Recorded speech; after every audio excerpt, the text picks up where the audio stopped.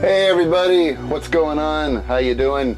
Nice to be back with you yet again.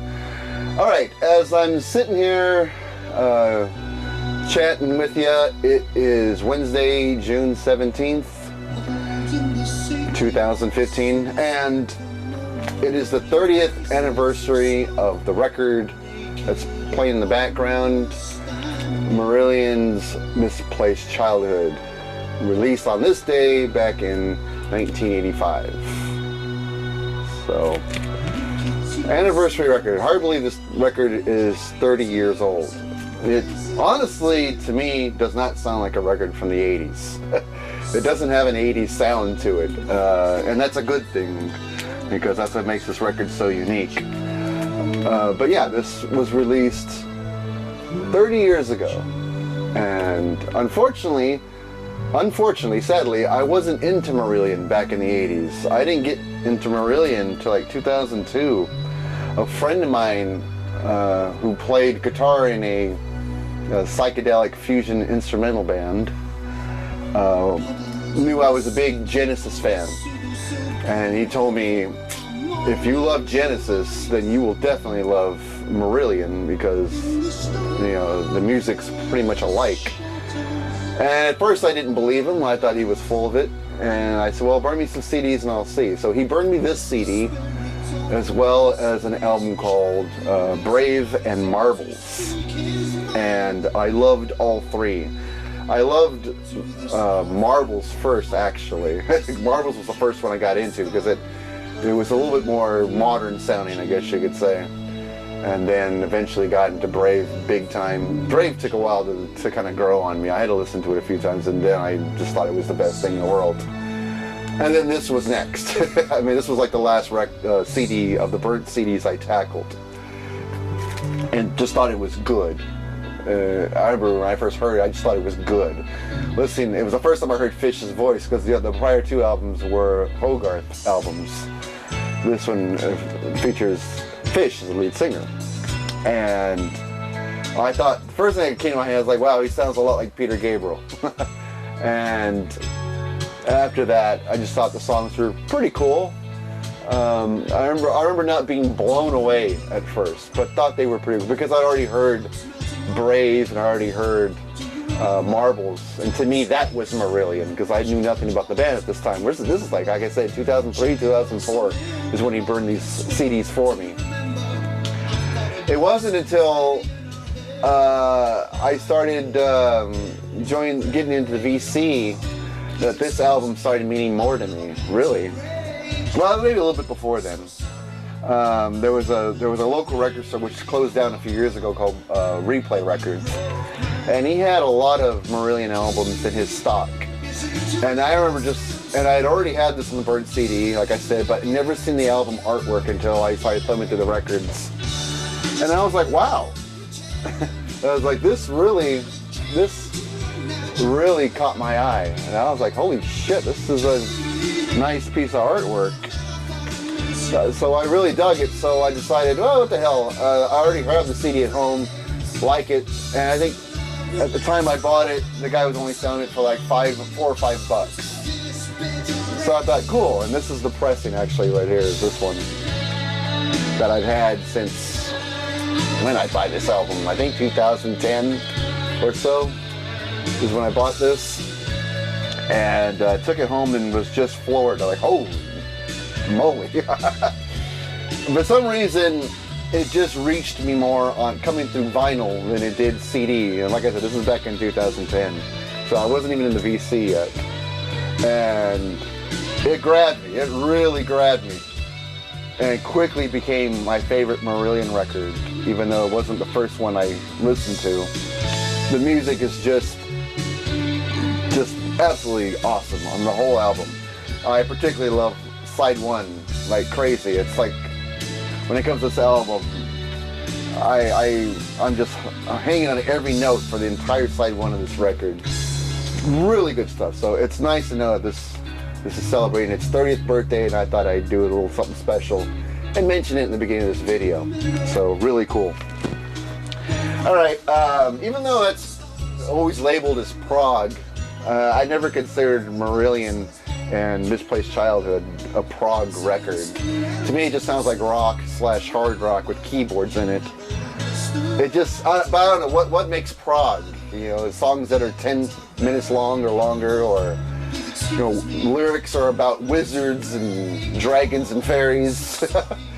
Music's in odd time signatures and 7 and 9, 19/16ths. Something that takes some math whiz to figure out.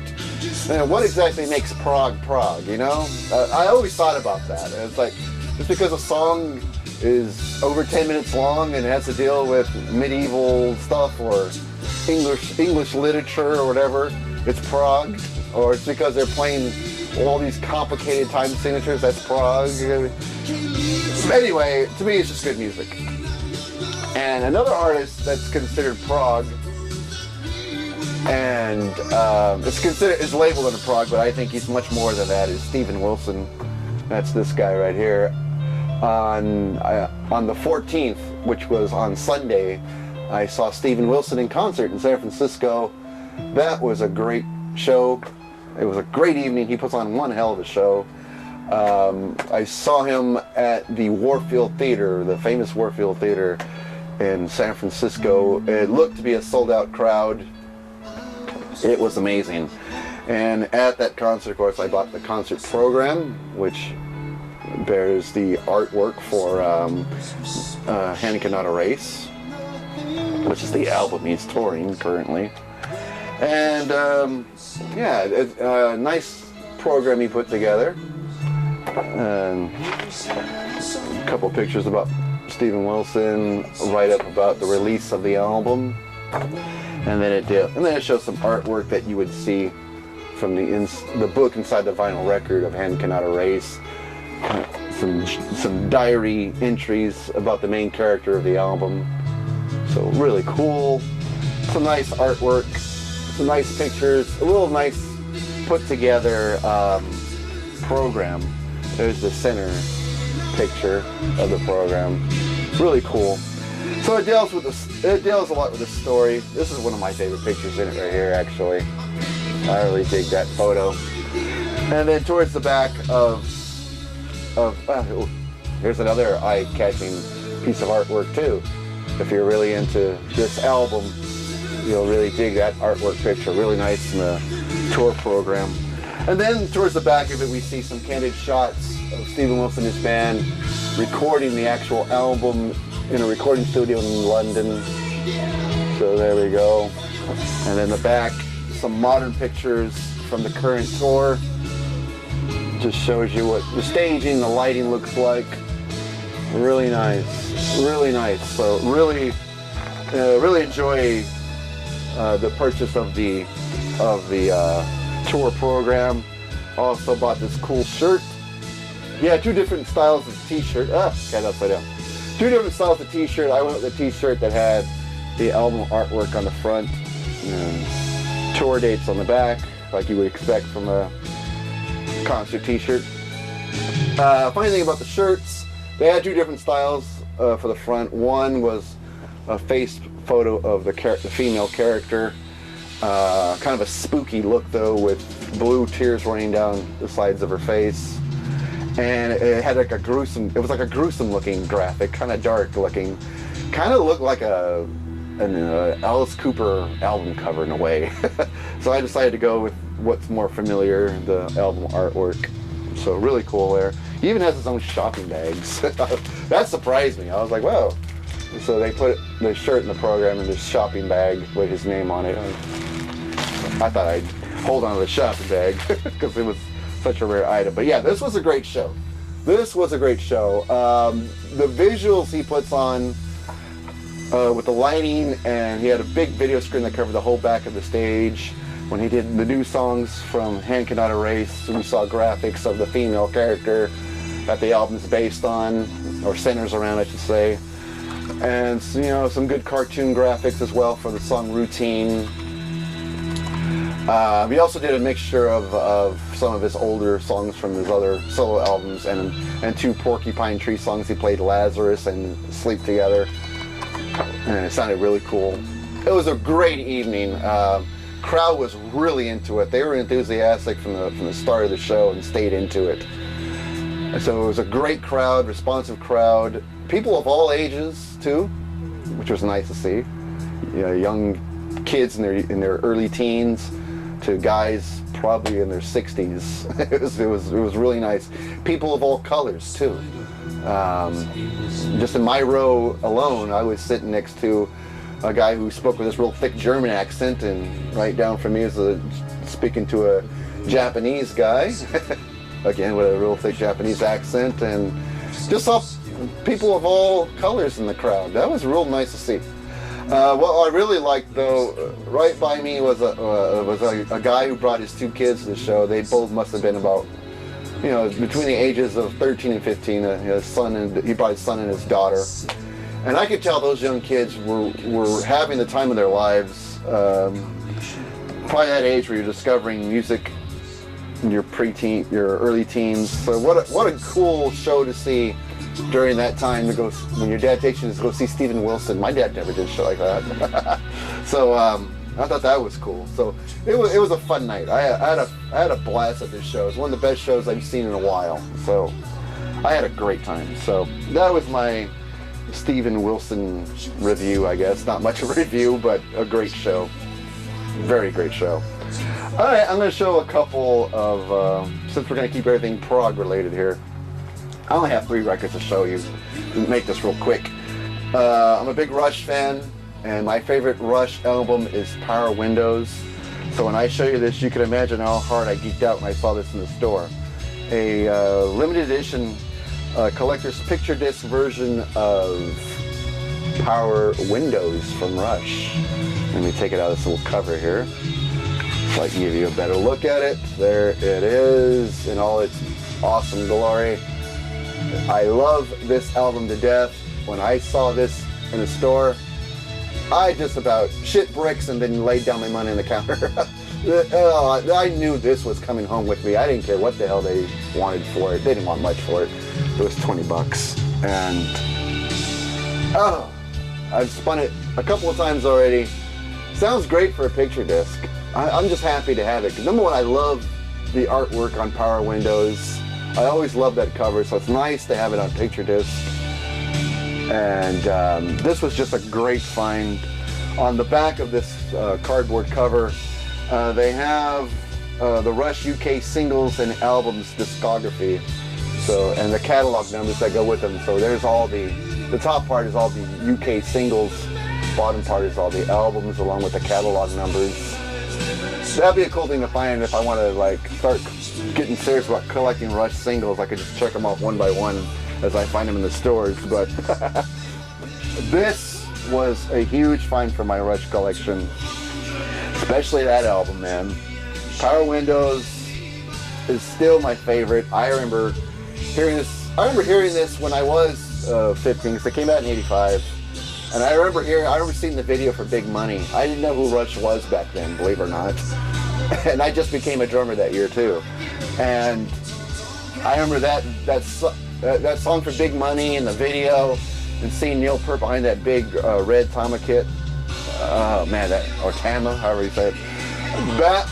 That to me inspired me. That sight alone inspired me. And like I said, I had just became a drummer at that time.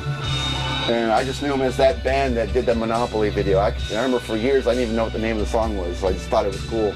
So really cool to have this in my collection. This is a huge piece of my Rush collection. Man, I just about fainted when I saw this. So real glad to have scored that. And we'll keep it proggy for one more album. The band UK, their live record Night After Night, UK Live. Really cool. I had their 2 studio albums, their first one and their other one, which God, what the hell was that called? I think it was called Dirty Money or something like that, or whatever it was called. I remember that both records were really good, and this live record actually is really good as well. I've spun it a couple times and really do like it. It is before I go any further, it's a gold stamp promo. There we go, gold stamp promo. And it's also a white label promo as well, from Polydor. So there we go, a live album from UK. Really good copy too, sounds fantastic on the turntable. Really, really enjoyed listening to this. What I find hard to believe is, right after this band broke up, the drummer Terry Bozzio would form Missing Persons a year or two after this, or so, somewhere. I think this came out in '79, and he formed Missing Persons somewhere around '81, '82. We're talking about this guy right here, Terry Bozzio, the drummer. How do you go from UK to Missing Persons? Well, Missing Persons he actually put together himself with his wife, Dale Bozzio, on vocals. And that also is one of my favorite albums too. But the styles of music couldn't be more far away from each other as they are. Hard to believe, but hey, that's musicians for you. Even I do weird shit from band to band, so why not Terry Bozzio? So really cool, right on. So live record from UK, Night After Night, damn good. This is a 12-inch single from Joe Satriani I'm about to show you, and this packaging is really, really nice. I've never seen this before, and I really love this. So here it is, from Joe Satriani. The song is called Always With Me, Always With You. This song was from the album Surfing with the Alien, and this is a one-sided 12-inch single, so there's only music on one side, and it's just the one song I just mentioned. And the album, actually, the record actually slips out of the middle of the gatefold here, like so. And this 12-inch single is pressed on clear vinyl, and it has the Surfing with the Alien artwork on the label. Really, really amazing looking record. I have never seen this before. I didn't know it existed, and I saw this in the shop.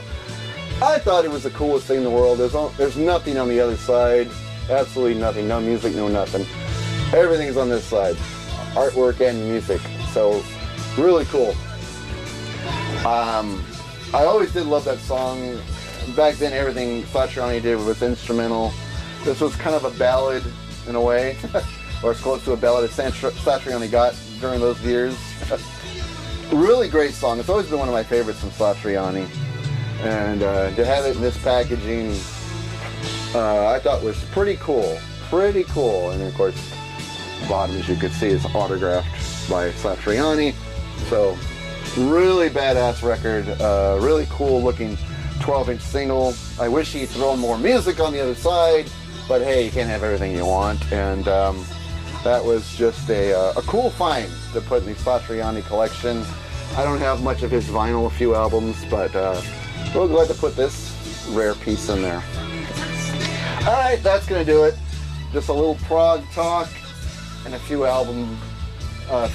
finds I had.